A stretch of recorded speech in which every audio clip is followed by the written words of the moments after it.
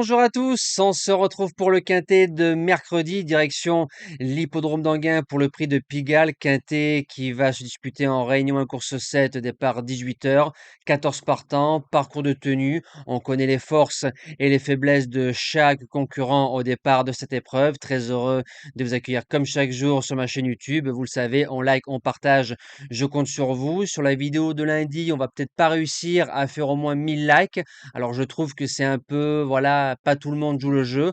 On a dépassé les 100 000 abonnés sur la chaîne YouTube et je me dis que de liker, c'est gratuit et ça donne beaucoup de force à la chaîne YouTube. Je compte sur tous les viewers, enfin une partie, pour lâcher le pouce bleu. Je rappelle qu'on peut s'abonner à la chaîne YouTube, c'est gratuit et ça vous permet d'être au courant dès la mise en ligne de la vidéo. On va retrouver les résultats du week-end. On démarre avec samedi. On a un tiercé écarté en 6 chevaux dans la sélection. Repéré numéro 2 et Jeu Bonus s'imposent dans leurs courses respectives. Par contre, le course par course, on a connu mieux dans l'ensemble. Du côté de dimanche, dans le quintet, on est deuxième, troisième, cinquième. La base gagnante a refait le champ. Le course par course d'Anguin dans une réunion plus difficile a été meilleur. Alors ça, je vous l'ai dit plusieurs fois, ça ne veut pas dire que la réunion est simple et que c'est facile.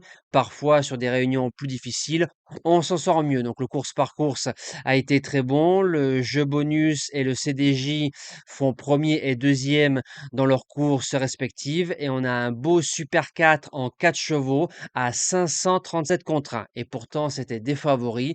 Je trouve que le rapport, il est magnifique. Allez, c'est parti pour la sélection de mercredi. Je vous mets un commentaire très touchant de la part d'un membre. Je vous laisse le lire, c'est très long et ça fait vraiment chaud au cœur de recevoir ce genre de commentaires en 2025 après 6 ans de youtubeur hippique sur la plateforme de YouTube. Allez, en base gagnante, le numéro 11 intouchable. Je m'explique, déféré des 4 pour ce bel engagement. C'est le plus jeune, plus riche au départ de cette épreuve. Le plus riche, c'est le 14, on le sait, mais c'est le plus jeune, plus riche.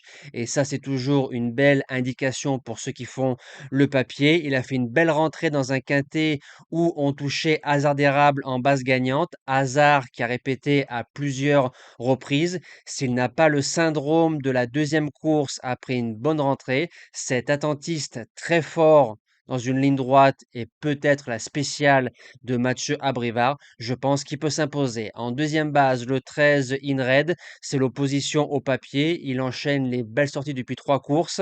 Quatrième, deuxième, deuxième. Il fait tous les types de parcours. Il peut aller devant, il peut attendre. Sûrement que Alex va aller devant. Si tu arrives à sortir du dos d'Alex au kilomètre, je pense que Inred, il peut jouer sa place dans les 3, voire mieux.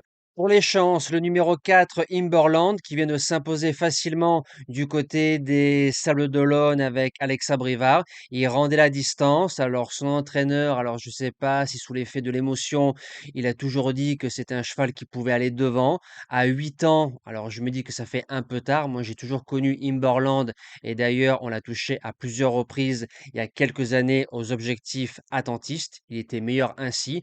Est-ce que du fait de le préserver, ça lui donne aujourd'hui le potentiel d'aller devant? C'est possible. Il a marché 13-7 sur le parcours au mois de mars, battu par un certain Inérit qu'on touchait en objectif. Imberland Prime, je serais déçu de ne pas le voir au moins dans les 3, limite le multi grand maximum. En quatrième position, le 14 Hurricane Carter.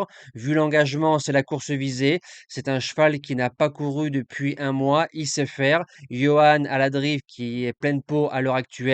Je pense qu'il sera meilleur piste plate. Pour les places, j'achète. En cinquième position, le 9 Gilberto vient de s'imposer à Langon en 13-4 facilement. Je trouve que son entraîneur Théo Radou fait du bon boulot. On n'en parle pas assez. C'est un cheval qui avait pris des placettes à ce niveau-là au printemps à Vincennes, 5e et 6e. Et sur ces lignes, je me dis qu'une place dans les 5, c'est fort possible. En sixième position, le 5, Aubryon Colmy. Alors lui, par contre, il fait mal à la tête. Il avait fait une bonne rentrée. Il n'a pas répété. Il a refait une valeur à Vincennes 12-1, 2700 mètres grande piste. Derrière Indy Dark et Hyacinthe Jeep, donc des chevaux plus jeunes que par rapport rapport à lui, il faut qu'il soit sage. Si il est sage, je pense qu'il peut faire afficher un 20 ou 25 contre 1. En septième position, le numéro 8, Honey King. Je n'attendais un peu mieux du côté de Cabourg. On a fait course école. La dernière fois qu'il a été déféré des antérieurs à Anguin, c'était parcours de vitesse. Il a fait l'arrivée en 12,7, donc c'est un chrono correct mais sans plus. C'est un cheval qui doit subir toute la route. Et je termine avec le numéro 1, Isis d'Airfray. Sans les baskets, quand on regarde sur 10 courses, c'est 7, 8 fois dans les 5 premiers. C'est une vraie rente. Elle va à gauche, elle peut aller à droite, parcours de vitesse, parcours de tenue. À ce niveau-là, faut rien faire de la route. David Thomain qui est en grande forme et je me dis que si devant ça se bat Inred, Imberland, voire un autre cheval, David Thomain viendra ramasser les morts. Nous, on se dit à demain pour un tout nouveau quintet. On retrouvera les galopeurs en nocturne du côté de Dieppe. Passez une belle semaine et merci à tous.